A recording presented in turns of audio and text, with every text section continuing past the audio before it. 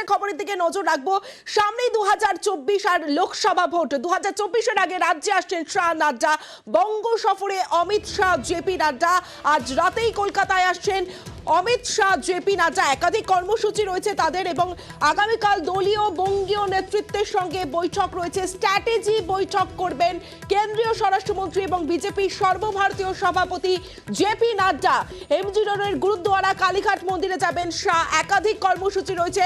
কেন্দ্রীয় স্বরাষ্ট্রমন্ত্রী অমিত শাহ এবং সর্বভারতীয় সভাপতি বিজেপির জেপি নাড্ডার আগামীকাল দলীয় বঙ্গীয় নেতৃত্বের সঙ্গে স্ট্র্যাটেজি বৈঠক করবেন তারা। 2024-এর আগে রাজ্যে শাহ নাড্ডা। আজ রাতেই রাজ্যে আসেন অমিত শাহ, জেপি নাড্ডা। অর্ণব রয়েছে আমার সঙ্গে, অর্ণবের সঙ্গে কথা বলবো। অর্ণব, স্ট্র্যাটেজি বৈঠক আগামীকাল দলীয় নেতৃত্বের সঙ্গে, ঠিক কি স্ট্র্যাটেজি?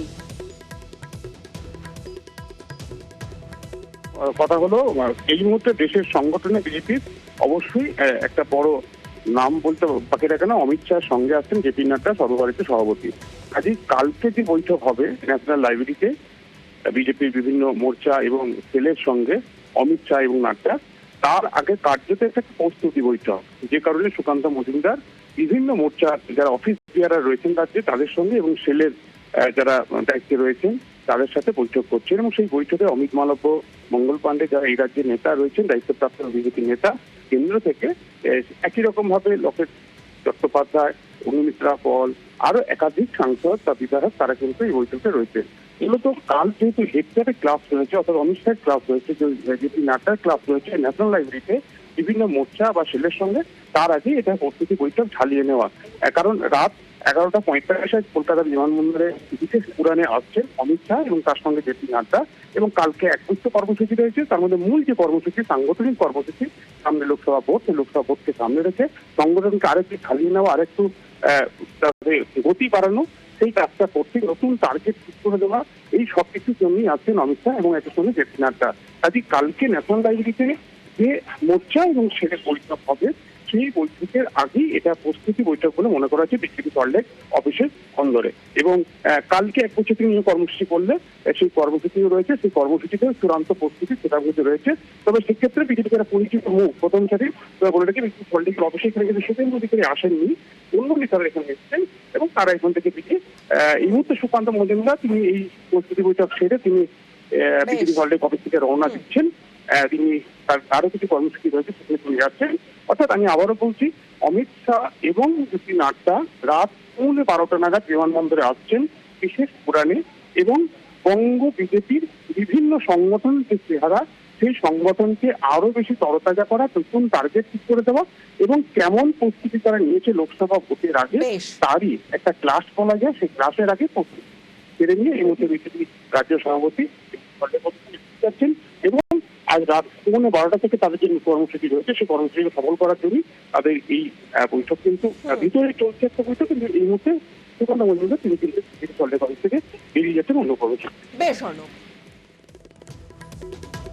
কাল সকালে কালীঘাটে পুজো দেয়া এবং তার আগে কালকে যেহেতু বীর বালক দিবস, গুরু গোবিন্দ সিং এর দুই সাহাবজাদে জোরাবার সিং ও ফতেহ সিং তাদের আত্মবলিদান দিবস, সেজন্য তারা গুরুদুয়ারাতেও যাবেন, সেখানে মাথা ঠেকাবেন। তারপরে পার্টির বিভিন্ন কর্মসূচি আছে, বিভিন্ন বৈঠক আছে, মিটিং, সবই ইনডোর মিটিং হবে বিকেল 4টে নাগাদ।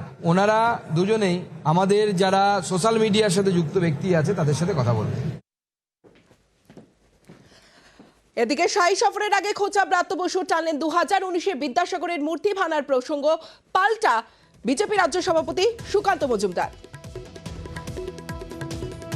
যে গুরুদ্বারা বা টেম্পেলে যাচ্ছেন তার ধারে কাছে যদি কোনো বাঙালি কোনো যদি মনীষীর মূর্তি থাকে, অমিত শাহ আসার জন্য তারা সেটা ভেঙে না দেয়। বিদ্যাসাগরের মূর্তি তার প্রমাণ।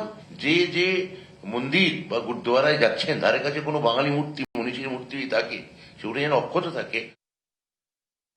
এরা বাঙালি সেন্টিমেন্টকে এইভাবে সুশ্রুতি দিয়ে এরা ব্যবসা করছেন। বাঙালির নাম করে পার্থবাবুর প্রাক্তন শিক্ষামন্ত্রীর বান্ধবীর কত খাটের তলায় কত বেরোলো আমরা দেখতে পেলাম। তো পার্থবাবুর বান্ধবীদের বাড়ি থেকে কত বেরোয় আগামী দিনে দেখবো। মূর্তি ভাঙা সংস্কৃতিতে তো আমরা বিশ্বাস করি না। মূল উদ্দেশ্য একটাই, সেটা হচ্ছে বাঙালির সেন্টিমেন্টকে ব্যবহার করে ব্যবসা করে খাওয়া, নিজের ভাই ভাইপোকে কোটিপতি করা।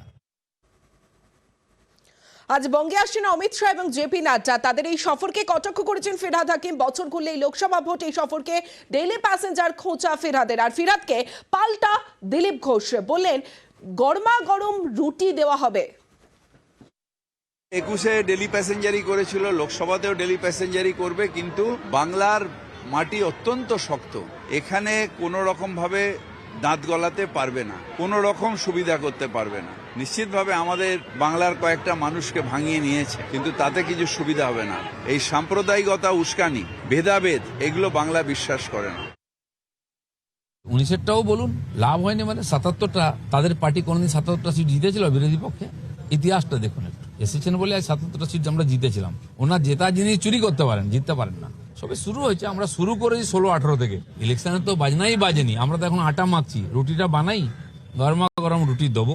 যারা বড় বড় কথা বলছেন নিজের সামলান গড়, কার সঙ্গে অ্যালায়েন্স হবে, কে কোন সিটে লড়বে এখনো ঠিক করতে পারছে না। বিজেপি তো 42টা লড়বে, তার আগের চেয়ে ভালো স্কোর করবে।